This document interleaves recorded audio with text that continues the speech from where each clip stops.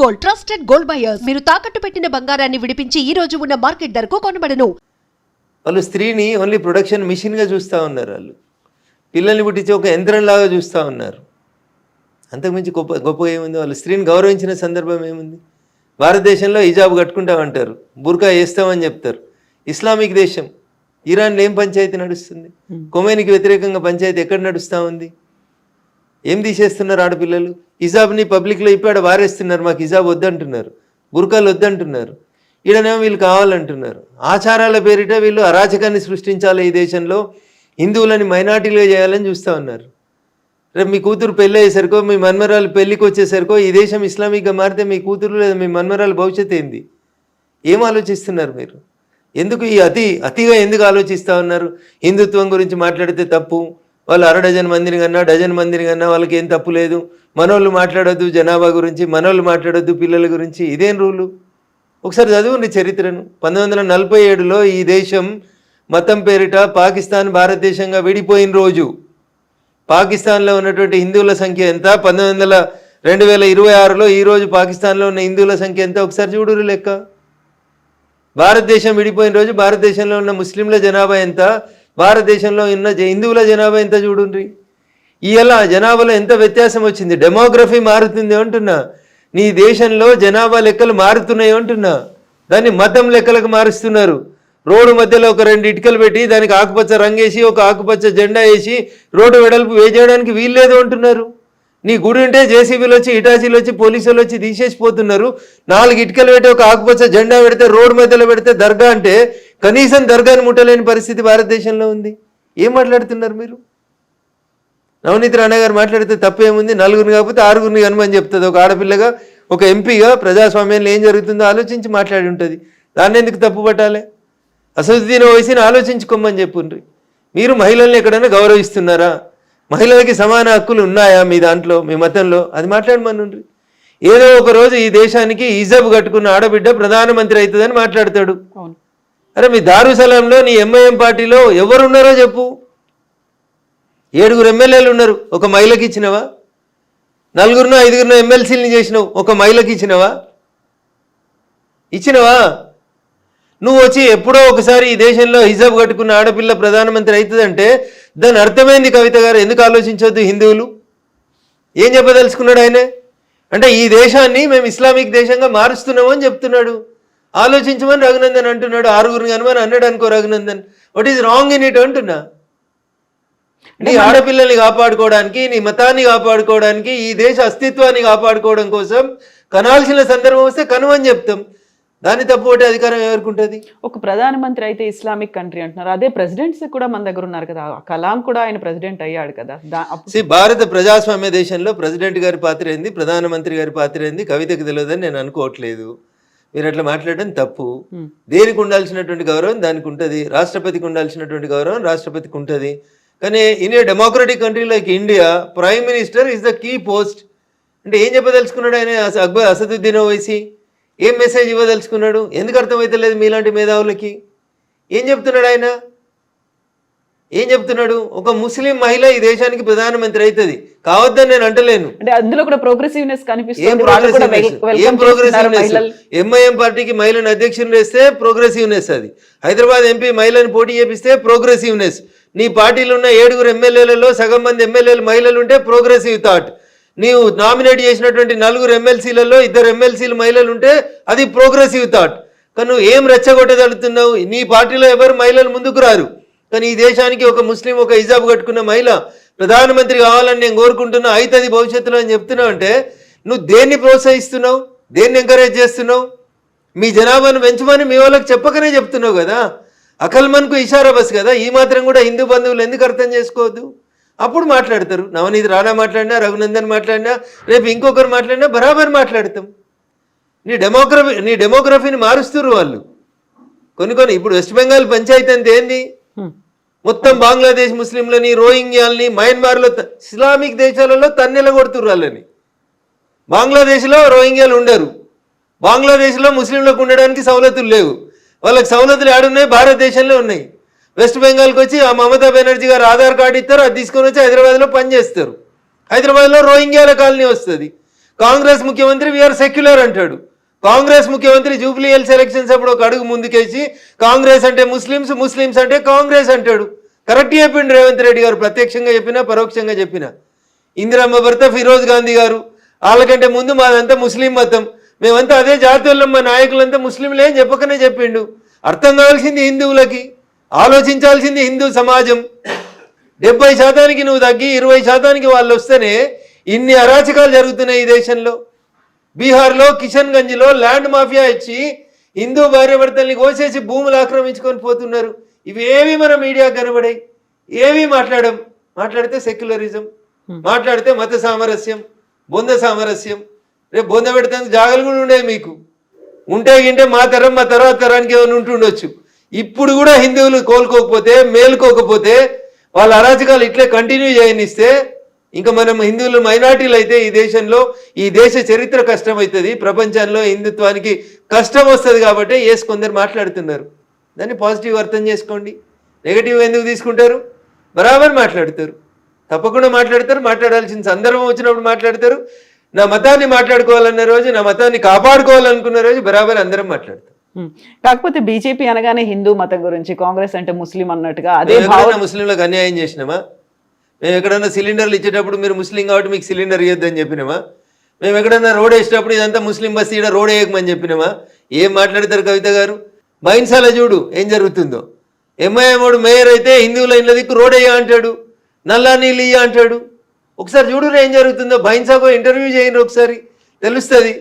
సకినాల మీద ఏం చేసిరో చూడు, హిందువుల మీద దాడులు ఎట్లా జరిగినాయో చూడు బైన్సాలో. ఇవేవి పనికిరావు మనకి. వాటి గురించి రఘునందన్ ఎందుకు మాట్లాడతాడంటాడు వాడు బైన్సాకి వెళ్ళి. ఎవరు మాట్లాడాలి? రఘునందన్ మాట్లాడకపోతే నువ్వు మాట్లాడు. బైన్సాలు ఉన్న హిందువులు మాట్లాడుండ్రి. బైన్సా పీస్ఫుల్గా ఉందా చెప్పుండ్రి. బైన్సాలో హిందువులు ముస్లింల సంఖ్య సమానమైనప్పుడు హిందువుల పట్ల ముస్లింల వ్యవహారం ఎట్లుందో అడుగుండ్రు ఒకసారి. ఇవెందుకు అడిగారు? ఇవెందుకు ఆలోచించారు? ఒక్కసారి ఎవరో ఒకరు మాట్లాడగానే దాన్ని భూతద్దంలో పెట్టి ఎందుకు చూస్తుంది మీడియా? బరాబర్ మాట్లాడతాం. నా మతానికి కష్టం వచ్చినప్పుడు, నా మతం మీద దాడి జరుగుతున్నప్పుడు, ఈ మతం ఉనికికే ప్రమాదం వచ్చినప్పుడు మాట్లాడకపోతే ఇంకెప్పుడు మాట్లాడతారు?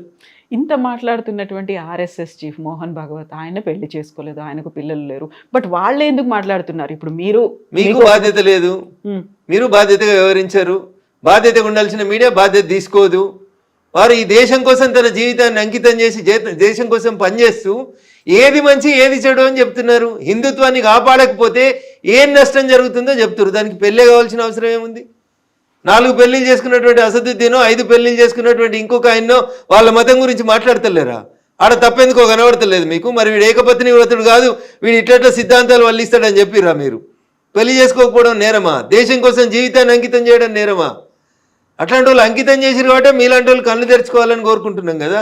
కాకపోతే వాళ్ళు మాట్లాడుతున్నారు, వాళ్ళకి లేరు, వాళ్ళు పెళ్లి చేసుకోలేదు కదా, ఇంకొకరిని ఎవరినో కనమని చెప్పే బదులు వాళ్ళ ఇంట్లో వాళ్ళు చూసుకోవచ్చు కదా అనే ఒక మాట ఉంటుంది కదా. తప్పేముంటుంది దాంట్లో అంటున్నా.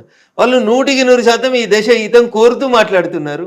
వాళ్ళు హిందూ సమాజ హితం కోరి మాట్లాడుతూ ఉన్నారు. దాంట్లో వారికి స్వార్థం ఎక్కడుంది? రఘునందన్ రావు వారికి ఒక కుటుంబం ఉండి, వారికి ఒక కొడుకునో ప్రధానమంత్రినో ముఖ్యమంత్రిని చేయాలనే స్వార్థం ఉండి మాట్లాడితే దాన్ని తప్పు పట్టాలి. అరే నేను పుట్టింది ఈ దేశం కోసం, నేను చచ్చేది ఈ దేశం కోసం అని అన్నీ వదిలేసి సర్వసంగ పరిత్యాగులై 24/7 ఈ దేశం కోసం, హిందుత్వం కోసం ఆలోచించే మోహన్ భగవత్ గారులను పట్టుకొని మీరు పెళ్ళి ఎందుకు చేసుకోలేదు, మీరు మాకు ఎందుకు బోధిస్తున్నారు అని అడిగితే నన్ను అడుగుమంటే ఇంకో మాట్లాడుతా. అన్నం తింటురా గడ్డి తింటురా అని కూడా అడుగుతాను నేను. వారు ఏం చెప్తున్నారు? వారి కోసం పనిచేయమని అడుగుతుండ్రా? జెండా కోసం పనిచేయమని అడుగుతుర్రా? దేనికోసం పనిచేయమని అడుగుతున్నారు? ఎవరి కోసం పనిచేయమని అడుగుతుండ్రు? ధర్మాన్ని రక్షించమని చెప్పురు. ఆ ధర్మం ప్రపంచానికి అవసరం అని చెప్తున్నారు. దాంట్లో తప్పేం కనబడింది మీకు? మీకు కూడా ఒకరే. సో నేను తెలియక చేసిన పొరపాటు, అది సరిదిద్దుకోవడానికి అవకాశం వచ్చింది కాబట్టి నా కూతురికి చెప్పిన, 3 గాను 4 గాను బిడ్డ. ఇప్పుడు 2 ఆడపిల్లలు, ఆ తర్వాత ఇంకిద్దరినైనా కానీ తల్లి అని చెప్పినాను. నష్టమేం లేదు అని చెప్పినాను. What is wrong in it? నేను పొరపాటు చేసినాను, నాకు తెలియక చేసినాను, నేను సరిదిద్దుకుంటున్నాను. That's great. Yeah, what is she saying? ఏమంటున్నారు మీ అమ్మాయి? ఓకే అన్నది, దానికి తప్పేముంది, చేస్తా డాడీ అన్నది. Okay, that's great. Best wishes to her. Thank you. So ఇప్పుడు మనం కొంచెం హిందువుల దగ్గర నుంచి పక్కకు వచ్చేస్తే, గాదే ఎన్ఐఏ అరెస్ట్ చేసిన తర్వాత వచ్చినటువంటి రాజ్యం పెట్టినటువంటి కష్టంలో భాగంగా ఇప్పుడు ఆయనకి బెయిల్ రావట్లేదు. ఒక అనాథలకి ఆయన అమ్మా నాన్నగా ఉండి సేవలు చేస్తున్నారు. ఇప్పుడు రీసెంట్గా వాళ్ళ మదర్ కూడా చనిపోయారు నిన్న సాయంత్రం. సో ఆయన రిలీజ్ చేస్తారా చెయ్యరా? రాజ్యమే చంపింది వాళ్ళ అమ్మని అనేటువంటి కామెంట్స్. ఎక్కువ ఫ్రీడమ్ ఆఫ్ స్పీచ్ ఇస్తే ఎక్కువ మాట్లాడనిస్తే ఇవే మాట్లాడతారు. ఓకేనా తల్లి? ఇంతకంటే ఎక్కువ దాని గురించి నేను మాట్లాడాల్సింది ఏం లేదు. సోషల్ మీడియాలో వచ్చింది, నేను మిమ్మల్ని అడుగుతున్నాను. పోలీసు వాళ్ళని చంపిన రోజు రాజ్యం లేదా? ఎవడిచ్చింది నీకు అధికారం? ఏ డెమోక్రసీ ఇచ్చింది? పోలీసు వాళ్ళని చంపే అధికారం నీకెక్కడిది? నువ్వు మంచిగా ఉండాలి కానీ నీ పక్కింటోడు తుపాకీ పట్టుకొని పోవాలనే ఉద్బోధన నువ్వెట్లా చేస్తావు? మోహన్ భాగవత్ గారు అది చేస్తలేరు కదా. ఆయనే దేశం కోసమే పనిచేస్తుండు, మనల్ని దేశం కోసమే పనిచేయమని అడుగుతున్నారు. వీళ్ళేం చేస్తారు? వీళ్ళు సమాజంలో పెద్ద మనుషులం, పేరున్నోళ్ళం అని పేరు తెచ్చుకోవాలి, వీళ్ళు మాత్రం పక్కింటోళ్ళ పిల్లని జడగొట్టి తుపాకీ పట్టుకోమని జడగొట్టాలి. ఇదా మీరు చెప్పేది? దానికి రాజ్యం హింస చేసిందా? ఏ రాజ్యం గురించి మాట్లాడుతురు? ఏ రాజ్యాంగం గురించి మాట్లాడుతురు? అంబేద్కర్ గారు రాసిన రాజ్యాంగం మిమ్మల్ని తుపాకీ పట్టుకోమనేదా? అంబేద్కర్ గారు రాసిన రాజ్యాంగం ప్రజల చేత ఎన్నుకోబడినటువంటి ప్రభుత్వాన్ని కూలదోయమని చెప్పిందా? అది ప్రజాస్వామ్యం కాదా? మీరు అంబేద్కర్ గారి కంటే ఎక్కువ ఆలోచిస్తారా? మీకు అంత తెలుసా డెమోక్రసీ? మీరు అంత చదివిరా భారత రాజ్యాంగాన్ని? ఏది పడితే అది మాట్లాడడం ఫ్యాషన్ అయిపోయింది రిపోర్టర్ మిత్రులందరికీ. ఏం చెప్పింది? రాజ్యం హింస చేసిందా?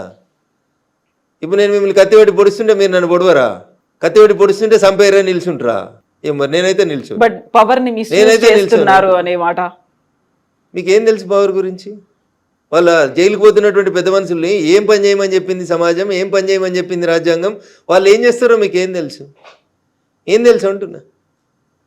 ఏం తెలుసు అని మాట్లాడుతున్నారు మీరు? ఎవరి గురించి తెలుసు మీకు? చనిపోయిన ప్రొఫెసర్ గురించి తెలుసా?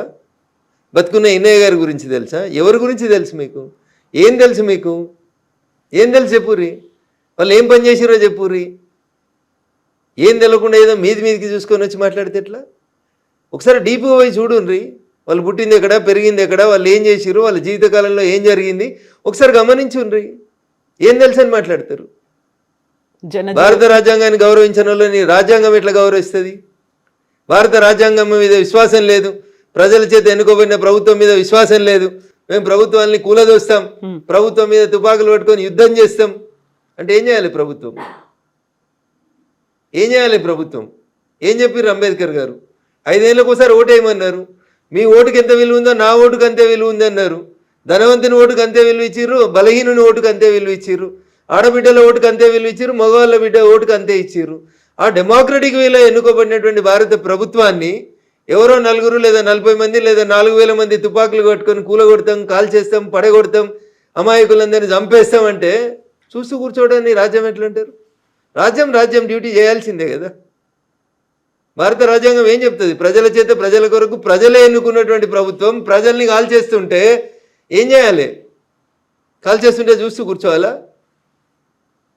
ఏంది రాజ్యం బాధ్యత? ఏంది? మీకు ప్రొటెక్షన్ ఇచ్చుడు కాదా? మిమ్మల్ని ఇట్లా మాట్లాడిస్తుంది అంటే ప్రభుత్వమే కదా మీకు రక్షణ ఇస్తుంది కాదా? భారత ప్రజాస్వామ్యానికి వ్యతిరేకంగా మాట్లాడుతున్న వాళ్ళని, హింసని ప్రేరేపిస్తున్న వాళ్ళని, నేను మంచిగా ఉండాలి కానీ పక్కింటోడు తుపాకీ పట్టుకోవాలని కోరుకునేటోళ్ళని ఖచ్చితంగా రాజ్యం శిక్షిస్తుంది. సో ఇప్పుడు అందులో మీరున్నా, ఎవరున్నా, ఎల్లయ్యున్నా, మల్లయ్యున్నా శిక్షించబడతాడు. జనజీవన స్రవంతిలోకి వచ్చారు. ఆ తర్వాత 100కు పైగా పిల్లలకి ఆయన ఒక ఆశ్రమం కట్టించి చేస్తున్నారు. ఒక సేవలు చేస్తున్నటువంటి ఒక పర్సన్ ని తీసుకెళ్లిపోయారు. So I don't want to comment anything more than this. Okay, మీకేం తెలియదు కాబట్టి మీరు అట్లా మాట్లాడుతున్నారు. మాకు తెలుసు కాబట్టి మేము మాట్లాడదు కాబట్టి మాట్లాడతలేదు. ప్రభుత్వం తన పని తాను చేసుకోబోతుంది. ప్రస్తుతం వారి కేసు కోర్టు ముందు ఉంది. నేను ఇంతకంటే ఎక్కువ మాట్లాడలేదు. సో ఫోన్ ట్యాపింగ్ కేసు కూడా ఇప్పుడు మళ్ళీ కేసు సుప్రీంకోర్టు దగ్గరే ఉంది. ఆయనకు బెయిల్ ఇవ్వాలా వద్దా అనేది ఇప్పుడు ప్రభాకర్ రావు సిఐబి మాజీ చీఫ్ ఆయన దగ్గర ఏమవుతుంది అనుకుంటున్నారు ఈ కేసుల్లో? జడ్జి గారు ఏం చెప్తే జరుగుతుంది. Oh no, not that bail case, overall గా ఏం జరగబోతుంది? ఫోన్ ట్యాప్ ఏం జరగదు, ఇలాగే స్టేటస్ కోర్ అట్లనే ఉంటుందా? సినిమాలు నడిచినట్టు పుష్ప 1, పుష్ప 2, పుష్ప 3 నడిచినట్టు, లేకపోతే కోడలు దిద్దిన సంసారం, అత్త దిద్దిన సంసారం అని తెలుగు సీరియల్ టీవీలలో నడిచినట్టు, అట్లా పేపర్ వాళ్ళకి వార్తలు అయినప్పుడు ఒక బ్రేకింగ్ అన్నట్టు, అది ప్లేట్ బ్రేకింగ్. రఘునందన్ రావుకి నోటీసులు ఇచ్చిన సిట్ అంతే. ఇంకా ఏమైనా జరిగేది ఉంటే 2 ఏళ్ళకెళ్ళి ఎందుకు జరగలేదు? బువ్వ ఉడికిందా లేదా 2 మెతుకులు చూస్తే తెలుస్తుంది. ఈ ప్రభుత్వం ఏం చేస్తుందా చేయదనేది గరణి పడుతుంది కదా. 2 ఏళ్ళకెళ్ళి దిగుతూనే ఉన్నారు కదా. 1వ సిట్టు, 2వ సిట్టు, 3వ సిట్టు, 4వ సిట్టు, ప్రభుత్వం పోతుంది, అయిపోతుంది. ఇంకో 3 ఏళ్ళ పడేది ఇట్లనే కంటిన్యూ అవుతుంది. అంతకంటే గొప్పగా ఏమవుతుందని మీరు కలగంటారు చెప్పురు. నేను చెప్తా, ఏం చేయగలుగుతారు వాళ్ళు? ఏం చేయలేరు. ఎందుకంటే ఇప్పుడు వాళ్ళు కూడా ట్యాపింగ్ చేస్తారు కాబట్టి. మీది అవుతుందా? అవుతుంది, డెఫినెట్గా అవుతుంది. నా ఫోన్ ట్యాప్ కదని మీరు ఎందుకు అనుకుంటారు? అప్పుడు వాళ్ళు చేసిరు, ఇప్పుడు వీళ్ళు చేస్తున్నారు. కాకుండా మీరు ఇప్పుడు బీజేపీ ఎంపీగా ఉన్నారు, రాష్ట్ర ప్రభుత్వం అయితే ఏమవుతుంది? అప్పుడు బీజేపీ రాష్ట్ర అధ్యక్షుడు ఉన్న బండి సంజయ్ ఫోన్ ట్యాప్ చేయలేదా? కిషన్ రెడ్డి గారు ఫోన్ ట్యాప్ చేస్తలేరా? చేస్తూనే ఉంటారు అంతే. వాళ్ళకి నచ్చకపోతే అది ఒక రకమైనటువంటి ఇది అన్నట్టు పోలీసులు చేసేటువంటి ఒక డ్యూటీ అది అంతే. సో మరి మీరెందుకు కంప్లైంట్ చేయలేదు, లేకుంటే దానికి సంబంధించి మీరు ఎందుకు అందరికంటే ముందు మాట్లాడలేదు? మాట్లాడింది నేనే. No, ఇప్పుడు మీద అవుతోంది, ఏం ఇప్పుడు కూడా మాట్లాడతాం? ఇప్పుడు ఏం కూడా చేస్తాం? అవుతోంది ఏం అనేది. చేస్తలేమో అంటారు, చేస్తలేమో అని చెప్తారు అంతే. ఏం చేస్తారు ఇంకా అంతకంటే. అప్పుడు పాత ప్రభుత్వం అదే చెప్పింది, ఇప్పుడు ఈ ప్రభుత్వం కూడా అదే చెప్తుంది. దాంట్లో తేడా ఏముంటుంది? ఏముండదు. సో ఈ కేసులు ఇవన్నీ ఎప్పుడు బయటకు వస్తాయి మరి? ఇప్పుడు జరిగేటువంటి ఏం విషయాలు, రావు. ఫోన్ ఏం ట్యాపింగ్ బయటకు వస్తాయి అనుకుంటారు మీరు? ఏం జరగదా? ఏం బయటికి రావు, ఎవరిని ఉరి తీయరు అంతే. వాళ్ళు వీళ్ళని తిడతారు, వీళ్ళు వాళ్ళని తిడతారు, వాడు కొట్టినట్టు చేస్తాడు, వీడు ఏడిచినట్టు చేస్తాడు. అంతకుమించి వాళ్ళిద్దరు ఏం చేసేది ఉండదు. కాంగ్రెస్ టీఆర్ఎస్ రెండు తోడు దొంగలే, ఏం చేయలేరు వాళ్ళు, ఏం చేయరు. ఏమన్నా చేస్తే మేము అధికారంలోకి వచ్చినాక చేస్తాం, వాళ్ళని ఇద్దరిని మడతేస్తాం, మేమే ఇస్తాం. కేవలం రాజకీయంగా టైం పాస్ అంతేనా? ఇప్పుడు టీఆర్ఎస్ చేసిందంటే ఇప్పుడు కాంగ్రెస్ చేస్తుందని. వేరే పార్టీలలో ఉన్నటువంటి రాజకీయ నాయకుల్ని వేధించేందుకు వాడుకునేటువంటి ఒక వెపన్ అది అంతే, అంతకుమించి వాళ్ళు చేసేది ఏమన్నా. So Congress party 2 years complete చేసుకుంది ఇక్కడ గవర్నమెంట్ని, రేవంత్ సర్కార్. ఏమనిపించింది ఈ 2 ఏళ్ల పాలన మీకు? మళ్ళీ 20 ఏళ్ళ దాకా అధికారంలోకి రాకుండా పాలిస్తున్నాడు. మళ్ళీ 20 ఏళ్ళు ఎవడు చేయి గుర్తు కోట వేయకుండా పరిపాలిస్తున్నాడు. మళ్ళీ నెక్స్ట్ కూడా మేమే వస్తాము అనేటువంటి మాటను బహిరంగ సభల్లో ఆయనే చెప్తున్నారు. అట్లా చెప్పకపోతే ఏం చెప్తారు? రేపే మా ప్రభుత్వం పడిపోతుందని చెప్తారా? అట్లా చెప్తే ఈ 3 ఏళ్ళు కూడా నడవదు కదా సంసారం. ఓకే, రేపు చచ్చిపోయేటాడు కూడా రేపు నేను ముఖ్యమంత్రిని అవుతానే చెప్తాడు. అట్లా చెప్పడం అది ఆశ అంతే, అట్లే చెప్తారు. అంతేగాని రేపు మేము మళ్ళీ అధికారంలోకి రామని చెప్పిండు అనుకోరు రేవంత్ రెడ్డి గారు, ఈ 3 ఏళ్ళు గవర్నమెంట్ నడుస్తుందా? నడుస్తుందా చెప్పుండ్రి? నడవనియరు. అందుకని అట్లే చెప్పాలి. ఆ కుర్చీలో మీరు కూర్చుంటే కూడా అదే చెప్తారు. ఇంకో గంట అయితే పదవి వీకేస్తారంటే కూడా నేనే ముఖ్యమంత్రిని అని చెప్తారు. కర్ణాటక చెప్తలేరు, సిద్ధరామయ్యను శివకుమార్. ఎప్పుడు మారుతుందో తెలియదు. మ్యూజికల్ చైర్స్ అట్లే చెప్తూనే ఉంటారు వాళ్ళు, ఇద్దరు చెప్తూనే ఉంటారు. అధిష్టాన నిర్ణయమే తుది నిర్ణయం అని. సో ఇక్కడ 3 ఏళ్ల పాటు రేవంత్ రెడ్డి ఉంటారా మరి? ఉంటారనే అనుకుంటున్నా. ఓకే, వాళ్ళకి అంతకంటే మంచి ఆప్షన్ కనబడుతుందని నేను అనుకుంటలేదు. సో నెక్స్ట్ వచ్చేది మేమే అనేటువంటి మాట అటు కాంగ్రెస్ చెప్తోంది, ఇటు బీఆర్ఎస్ కూడా చెప్తుంది. బీఆర్ఎస్ఆ అంటే టీఆర్ఎస్ పార్టీయా బీఆర్ఎస్ఆ ఏమంటారు మీరు? టీఆర్ఎస్ బీఆర్ఎస్ అయింది. బీఆర్ఎస్కు ప్రజలు సిఆర్ఎస్ ఇచ్చారు, కంపల్సరీ రిటైర్మెంట్ స్కీమ్ ఇచ్చారు. నేను ఇప్పుడు చెప్తలేను ఈ మాట, ఎన్నికల కంటే ముందే చెప్పిన, పార్లమెంట్ ఎన్నికల కంటే ముందు చెప్పిన, అసెంబ్లీ ఎన్నికల కంటే ముందు చెప్పిన. అసెంబ్లీలో ఏదో అట్లా మామ అనిపించుకున్నారు, పార్లమెంట్లో మొత్తం సిఆర్ఎస్ కంప్లీట్ రిటైర్మెంట్ స్కీమ్కి ప్రజలు బలవంతం చేసి వాళ్ళకి రిటైర్మెంట్ స్కీమ్ ఇచ్చేసారు. 17లో పెద్ద 0 ఇచ్చేసారు వాళ్ళకి. సార్ని ఫామ్ హౌస్కి పరిమితం చేసారు. ఇంకా బీఆర్ఎస్ ఎక్కడిది? సార్ లేడు, బీఆర్ఎస్ లేడు. బీఆర్ఎస్ ఒకవేళ బతుకుదామని అనుకున్నా కానీ ఆడ మా చెల్లె బయలుదేరింది కదా. అట్లా మా వాళ్ళు మంచోళ్ళు కాదని నేను చెప్పినా అనుకోని, రఘునందన్ బీజేపీ కాబట్టి విమర్శిస్తుండని అనుకుంటుంది. కేటీఆర్ నువ్వుగా ట్విట్టర్కే పరిమితమైన ట్విట్టర్ టిల్లో అని నేను అన్నా అనుకోరు, అది రాజకీయ ఆరోపణ అవుతుంది. అదే కవిత చెప్పింది అనుకోర్రి, మా అన్నకి ఏం శాత కాదు ట్విట్టర్లో పెట్టుడు తప్పితే ప్రజలకు వచ్చి ఉద్యమం చేయరని కవిత అన్నది అనుకోరు, జనం ఏం అర్థం చేసుకుంటారు? రఘునందన్ రావు నోట్లకి ఎలా మాట వస్తే వీడు రాజకీయంగా అంటుండే అనుకుంటారు. కవిత అంటే కవిత చెప్పింది వాస్తవమే, కవిత ఆ ఇంట్లోకెళ్ళే వచ్చిన బిడ్డ కదా, కవిత చెప్పిందంటే కరెక్ట్ అనుకుంటా. కవిత చెప్పిన మాటలన్నీ కరెక్టే అని మీరు అనుకుంటున్నారా? నేనైతే అనుకుంటున్నా, మీరు అనుకుంటలేరా? అందులో టీఆర్ఎస్ నుంచి బీఆర్ఎస్ దాకా ఎందుకు మార్చారో అనే మాటతో పాటుగా కేసీఆర్ బయటికి రాకపోతే అరే మీరు అంత స్మూత్ గా మాట్లాడుతున్నారు. ఏం బీకి కట్టలు కట్టిరని మీరు తెలంగాణ నిడిచిపెట్టి దేశంలో రాజకీయం చేస్తామని ఒక ఆడపిల్ల అడిగింది. ఎవడన్నా ఉంటే చెప్పురు సమాధానం దానికి. తెలంగాణలో మీరు తెలంగాణకి ఏం పీకి కట్టలు కట్టిరని ఏదో టీవీ ఛానల్ ఇంటర్వ్యూలో చెప్పలే కవిత గారు. ఆ కవిత నిండు శాసన మండలిలో చెప్పింది, on the floor of the house చెప్పింది. దానికి ఒక్కడన్నా సమాధానం చెప్పిండా? ఎందుకు పంజాబ్లో రైతులకు పైసలు ఇచ్చిరో అని అడిగింది, చెప్పిర్రా? తెలంగాణలో రైతులు చచ్చిపోతే ఏం చేసిరో అని అడిగింది, తెలంగాణ ఉద్యమకారులకు ఏమి ఇచ్చిరో అని అడిగింది. సరిపోదా సమాధానం? మూతోడు ప్రశ్నలు అడుగుతుంది కదా. శంకరమ్మ అనేటువంటి మలిదశ తెలంగాణ ఉద్యమాన్ని మలుపు తిప్పినటువంటి సోదరుడు శ్రీకాంతాచారి తల్లిని టీఆర్ఎస్ ఎలియాస్ బీఆర్ఎస్ ఎట్లా వంచింది కవిత అంటే, ఇక్కడ గన్ పార్క్లో నిలబెట్టి కాల్ చేయాలి వాళ్ళని, 2 గన్మెన్లను పంపించి. రేపు అమరవీరుల స్తూపం సెక్రటరియట్ ముంగట కట్టిన అమరవీరుల స్తూపం ఓపెనింగ్ ఉంటే ఎంత చిల్లరగాళ్ళు అంటే, మళ్ళీ చెప్తున్నా, ఎంత చిల్లరగాళ్ళు అంటే ఆ పదం కూడా వాళ్ళకి చిల్లరనే, ఇంకా అది చాలా ఎక్కువ వాళ్ళకి.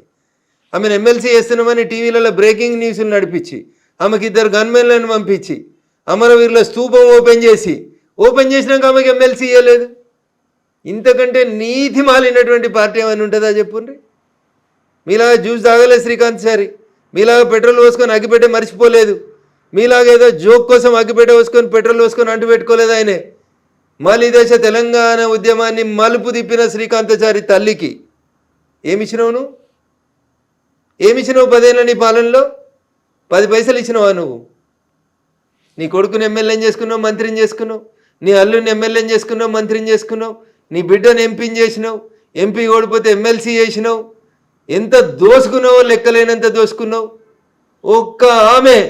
ఒక్క తల్లి తన కడుపు కోత మాలిదశ తెలంగాణ ఉద్యమాన్ని మలుపు తిప్పిన శ్రీకాంతాచారి తల్లికి నీ 10 ఏళ్ళ టెన్యూర్లో ఎమ్మెల్సీ పదవి ఇవ్వడం చేత కానీ మిమ్మల్ని ఏమనాలే? ఇట్టిట కొట్టుకునేటోళ్ళు అనాలి మిమ్మల్ని. ఆ పదం కూడా నా నోట్లకెళ్ళి అనడం దారుణం. ఇంకా ఏం బతుకులు మీ? ఏం బతుకులు అంటున్నా? ఎగిరెగిరి పడుతూ మాట్లాడతారు కదా మీ. ఏం బతుకులు మీ? ఎప్పుడన్నా ఆలోచించిర్రా మీరు? శ్రీకాంతాచారి పెట్రోల్ పోసుకొని తగలబడుతుంటే మేము అందరం డిఆర్డిఓ దగ్గర నపోలోకి పోతే నేను ఎట్లాగో చచ్చిపోతే నాకు తెలుసన్నా, తెలంగాణ వచ్చేదాకా కొట్లాడు రే అని అడిగిండు మమ్మల్ని. వచ్చిండు కదా అదే రోజు ఈ కేటీఆర్ వచ్చిండు, అదే హరీష్ రావు వచ్చిండు. ఏమైంది మీకు? అన్నం తింటురా అసలు? ఆ తల్లికి ఎమ్మెల్సీ ఇవ్వడానికి మీకు కష్టమా? పక్క పార్టీలకు వెళ్ళి తీసుకొచ్చుకున్న దొంగలకు ఎమ్మెల్సీలు ఇస్తారు, రాజ్యసభలు ఇస్తారు, అమ్ముకుంటారు మీరు పదవుల్ని. కడుపు శోకం కంఠ శోష. శ్రీకాంతాచారి తల్లికి ఎమ్మెల్సీ ఇవ్వవా 10 ఏళ్ళల్లో? ఏం తప్పు అడుగుతురు? ఎవరు తప్పు అడుగుతురు? నీ బిడ్డను తీసుకొచ్చి ఆగమాగం ఎమ్మెల్సీ చేస్తావు కదా. శంకరమ్మని ఎందుకు చేయవు? నువ్వు ఇచ్చిన రాజ్యసభలు ఎవరికి ఇచ్చినావు? ఎవరు రాజ్యసభలు? నీకు పైసలు ఇచ్చేటోళ్ళు, నీకు దోషి పెట్టేటోళ్ళు, నీకు కంపెనీలు ఇచ్చేటోళ్ళు, గీళ్ళకి నువ్వు రాజ్యసభలు ఇస్తావు. ఎందుకు శంకరమ్మకి ఎందుకు వెళ్ళా రాజ్యసభ? ఏం తక్కువ చేసింది మలిదశ తెలంగాణ ఉద్యమానికి శంకరమ్మ? సో ఇప్పుడు మీరు ఒక మాట ఈ మధ్య కాలంలో అన్నారు, ఘర్ వాపసి, బీజేపీని వదిలి కాంగ్రెస్ లోకి వెళ్ళిన వాళ్ళు మళ్ళీ తిరిగి వస్తున్నారు, వచ్చే ఆలోచన నేను వస్తున్నారు అని చెప్పలే, వచ్చిర్రు అని చెప్పలేదు, రావాలని కోరుకుంటున్నా అని చెప్పిన. ఎందుకంటే మీరు మమ్మల్ని వద్దనుకొని పోయిన తర్వాత జరిగిన పరిణామాలన్నీ మీరు ఆలోచించుకొని విఘ్నతతోటి అక్కడ మీకు ఏం గౌరవం లేదు, గుర్తింపు లేదు కాబట్టి వెనక్కి వస్తే ఇక్కడ కొంచెం గౌరవం గుర్తింపు ఉంటుంది, రండి మిత్రులారా అని చెప్పిన మాట వాస్తవం. కాకపోతే అధికార కాంగ్రెస్ పార్టీని వదిలిపెట్టి మళ్ళీ బీజేపీకి వస్తారంటారా? ఎప్పుడు పుట్టి మునుగుతుందో తెలియనప్పుడు ఆ పుట్టిలో ఎవరు ట్రావెల్ చేస్తారు కవిత గారు? గోదావరి నడి మధ్యలో ఉన్నారు, పుట్టికి రంధ్రం పడ్డది, పుట్టి ఎప్పుడు మునుగుతుందో తెలియదు. అట్లాంటప్పుడు ఎందుకుంటారు అందులో? ఎవరుంటారు? రాజకీయ నాయకుడు అనేటోడు తానున్న పార్టీ బతకాలి, తాను బతకాలి, ప్రజలకు సేవ చేయాలని అనుకుంటే ఆలోచించుకుంటాడు. మునుగాలే చావాలనుకుంటే నేనేం చేస్తా కవిత గారు? సో రాష్ట్రంలో ఉన్న కాంగ్రెస్ పరిస్థితి ఎట్లా ఉంది, దేశవ్యాప్తంగా ఉందా మొత్తం? సో దేశంలో కాంగ్రెస్ ఉందా? 28 రాష్ట్రాల్లో 3 రాష్ట్రాలకు కన్ఫైన్ అయిన వాళ్ళు ఉన్నారా? ఏ రాష్ట్రంలోనే పోటీ చేస్తే సింగిల్ డిజిట్ వచ్చిందా?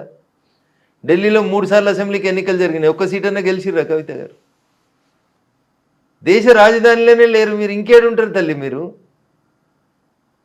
ఏడున్నారు వాళ్ళు? తెలంగాణలో ఏదో అధికారంలోకి వచ్చారు, ఎందుకు వచ్చారు? టీఆర్ఎస్ చేసిన తప్పులకి.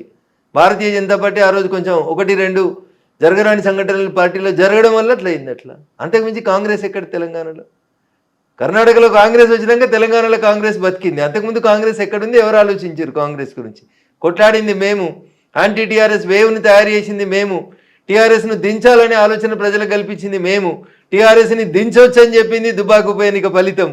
ఇవి కదా. అంతకుముందు అది పెద్ద శత్రు దుర్భేద్యమైన కోట కదా. వాళ్ళు సిట్ అంటే మీరు సిట్టు, వాళ్ళు స్టాండ్ అంటే స్టాండు, వాళ్ళు రాహుల అంటే రాహులు, వాళ్ళు ఎంకన్నా అంటే ఎంకన్నా. అంతకుమించి ఏం నడిచింది? అప్పుడు ఏం నడవలే కదా. మేం కదా మొదలుపెట్టింది, బీజేపీ వాళ్ళం కదా. దుబ్బాకలు కొట్టినా, హుజరాబాద్లో కొట్టినా, ఇంకేం చేసినా మేం కదా టీఆర్ఎస్ని ఢీ కొట్టగలుగుతాం, టీఆర్ఎస్ని దించగలుగుతాం అనే ఒక వాతావరణాన్ని క్రియేట్ చేసింది మేం కదా. మేము 3 రాళ్ళు పెట్టినాం, అండబెట్టినాం, నీళ్లు పోసినాం, ఎసరేసినాం, బియ్యం పెట్టినాం, అన్నం వండుకొని కాంగ్రెస్ వాడు తినిపోయింది అంతే. అండ దించడంలో మేము 1 నిమిషం ఆలస్యం చేసినాం అంతే, వాళ్ళు ఎత్తుకుపోయారు గద్దల్లాగా. సో ఆలస్యాన్ని సెటరేట్ చేసుకున్నారా మీరు అనే అనుకుంటున్నాం. మొత్తం అంతా అప్పుడు గతంలో వచ్చినటువంటి 1-2 ప్రాబ్లమ్స్, సమస్యలు అన్నారు, అవన్నీ కూడా సరిదిద్దుకొనే ముందుకు పోతున్నాం. జరిగిన పొరపాట్లను సరిదిద్దుకొని ముందుకు పోతుంటేనే పార్టీలైనా మనుషులైనా ముందుకు పోతూ ఉంటారు. మా వల్ల జరిగిన ఏంది అనేది మాకు అర్థమైన తర్వాత అవి మళ్ళీ జరగకుండా వాటి సరిదిద్దుకునే ముందుకు పోతారు. దానికి సంబంధించి మొత్తం గ్రౌండ్లో ఆ ప్రాపర్గా ప్రిపరేషన్స్ అనేవైతే ఉన్నాయో, ఒక్కొక్క అడుగు పేర్చుకుంటూ వెళ్ళేట్టుగా సమన్వయం. ఎలక్షన్స్ అంటే ఏంది తల్లి చెప్పు? ప్రజలు తీసుకునే నిర్ణయం, ప్రజల్ని ప్రభావితం చేయాల్సినటువంటి అంశాలు ఏంది, చేస్తున్న అంశాలు ఏంది, ప్రజలకు మనం ఎట్లా దగ్గరకు కావాలి, ప్రజలకు మనం ఎట్లా మేలు చేయాలి, ప్రజల్ని ఎట్లా సేవ చేయాలి, ప్రజల మన్ననలు ఎట్లా పొందాలి. ఇంతకు మించి మీరు అనుకున్నట్టు మేము మందు వంచలేము, మేము పైసలు వంచలేము. కాబట్టి we have our own limitations. మేము ప్రజల్ని ఎడ్యుకేట్ చేసి ప్రజలకు ఏది మంచి ఏది చెడు అనేది చెప్పి ఎందుకు భాగ్యనగరంలో కాషాయం జెండా ఎగరాలనేటువంటి విషయంలో ప్రజల్లో చైతన్యవంతం తెస్తూ ఉన్నాం. పోయినసారి సెకండ్ లార్జెస్ట్కి వచ్చినాము, ఈసారి ఫస్ట్ లార్జెస్ట్కి వస్తాం, మేమే గెలుస్తామని చెప్తున్నాం. So west Bengal west Bengal మాదే. బీహార్ కంటే ముందు మీరు మాదే అనుకుర్రా? అనుకోలేదు కదా. బీహారు మాదే, వెస్ట్ బెంగాల్ కూడా మాదే. బీహార్కి వెళ్ళి నదులన్నీ వెస్ట్ బెంగాల్ వైపు పోతుంటాయి. సో బీహార్లో మొదలైంది, వెస్ట్ బెంగాల్లో ముగుస్తుంది. Okay. So special intensive revision మీద విపరీతమైనటువంటి కామెంట్లు వస్తున్నాయి, వ్యతిరేకత వస్తుంది, భిన్నమైనటువంటి అభిప్రాయాలు, విమర్శలు ఇవన్నీ కూడా ఉన్నాయి కదా. థర్డ్ ఫేజ్ తెలంగాణలోనే ఉండబోతోంది అనేది ఎలక్షన్ కమిషన్ అనౌన్స్ చేసింది. ఇక్కడ ఎన్ని బోగస్ ఓట్లు ఉన్నాయని మీరు అనుకుంటున్నారు? ఇప్పుడు నేను ఉదాహరణకి నా మెదక్ పార్లమెంట్ పరిధిలో పటాన్చెరు అసెంబ్లీ నియోజకవర్గ పరిధిలో ఐలాపూర్ అనే ఒక విలేజ్ ఉంది. This is an open challenge to the media.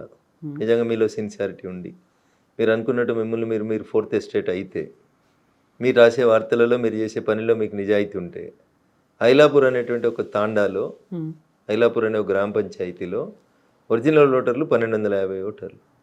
ఎన్నికల సందర్భంగా ఆ ఓటర్ల సంఖ్యను 2700 పైచిలకు పెంచారు. సో డబుల్ కంటే ఎక్కువ ఉన్నారు. శ్మశానంకు నెంబర్ వేసి, వాటర్ ట్యాంక్ నెంబర్ వేసి, గ్రామ పంచాయతీకి నెంబర్ వేసి, నేను రాహుల్ గాంధీ గారిలో వేగ ఆరోపణ చేస్తలేను. రాహుల్ గాంధీ ఒక ఇంట్లో 290 ఏట్లు ఎట్లుంటాయంటే అమిత్ షా గారు పార్లమెంట్లో సమాధానం చెప్పారు. అట్లా రఘునందన్ సమాధానం చెప్పించుకోవడానికి అబద్ధం కోసం చెప్తలేడు. ఐలాపూర్లో పటాన్చెరు అసెంబ్లీ నియోజకవర్గం పరిధిలోని అమీన్పూర్ మున్సిపాలిటీ కిందికి వచ్చే ఐలాపూర్ అనే గ్రామ పంచాయతీ గతంలో ఉన్నటువంటి దాంట్లో ఒరిజినల్గా 1250 ఓట్లుంటే వాటిని 2750 ఓట్ల దాకా పెంచారు. ఇవన్నీ బోగస్ ఓట్లని అప్పుడున్నటువంటి సర్పంచ్ గారు, ఎంపీ ఎన్నికల కంటే ముందు నేను, జిల్లా కలెక్టర్ గారు, అంటే తహసీల్దార్ గారు, ఆర్డీఓ గారు, జిల్లా కలెక్టర్ గారు, ఆఖరికి రాష్ట్ర ఎన్నికల కమిషన్ కూడా కంప్లైంట్ ఇచ్చినాం కవిత గారు. ఎప్పుడు ఎంపీ ఎలక్షన్. సో ఇవన్నీ కూడా జిహెచ్ఎంసీ ఎలక్షన్స్ ముందే అయితే జరగవు, నెక్స్ట్ రాబోయేటువంటి అసెంబ్లీ ఎన్నికల కోసమే జరుగుతాయి కదా. ఇప్పుడు వచ్చే ఫస్ట్ నుంచి ఏమి ఉన్నట్టుంది కదా, తెలంగాణలో కూడా ఏప్రిల్ 1 నుంచి ఏమి ఉన్నట్టుంది కదా సార్. జరుగుతుంది కంపల్సరీ, అన్ని రాష్ట్రాల్లో జరుగుతుంది, ఇక్కడ కూడా జరుగుతుంది. తెలంగాణ ఏం దానికి అతీతం కాదు, భాగ్యనగరం ఏం దానికి అతీతం కాదు, అంతటా జరుగుతుంది సార్, దేశవ్యాప్తంగా సార్ జరుగుతుంది. ఎవరికి ఇష్టమైనా కష్టమైనా జరుగుతుంది. సో హైదరాబాద్ కంటే భాగ్యనగరం అనడానికే మీరు ఇష్టపడతారా? ఇది భాగ్యనగరం కదా, ఒకప్పుడు భాగ్యనగరం, ఇప్పుడు కూడా భాగ్యనగరం, భవిష్యత్తులో కూడా భాగ్యనగరంగానే పేరు కొనసాగాలని కోరుకుంటాం. మారుతుందా మీ బీజేపీ వచ్చిన తర్వాత? మీ కాదు మన అన్నారు, తప్పకుండా మారుతుంది. నేను అనేది మీ బీజేపీ అన్నా, నేను మన బీజేపీ అని నేను అనలేను కదండి. మీ బీజేపీ వచ్చిన తర్వాత మన హైదరాబాద్ పేరు భాగ్యనగరంకి తప్పకుండా భాగ్యనగరం అయితే. అదొకటేనా? తినవద్దు రుచులు ఎందుకు, అధికారంలోకి వచ్చేదాకా సపోర్ట్ చేయండి, అధికారంలోకి వచ్చిన తర్వాత మేము ప్రజల కోసం నిలబడతాం, నెక్స్ట్ సీఎం ప్రజల ఆకాంక్షల కోసం పనిచేస్తాం. నెక్స్ట్ సీఎం ఎవరు? ప్రజలు కోరుకున్న వాళ్ళు అవుతారు, పార్టీ ఆదేశించిన వాళ్ళు అవుతారు. మీరు ఇలా బీసీఓ లేకుంటే వీళ్ళు అవుతారు ఇది అనేది మీరు అనౌన్స్ చేయరు అసలు? రాష్ట్ర పార్టీ తీసుకునే నిర్ణయం కాదు అది, కేంద్ర పార్టీ తీసుకునే నిర్ణయానికి ప్రతి బీజేపీ కార్యకర్త కట్టుబడి ఉంటారు.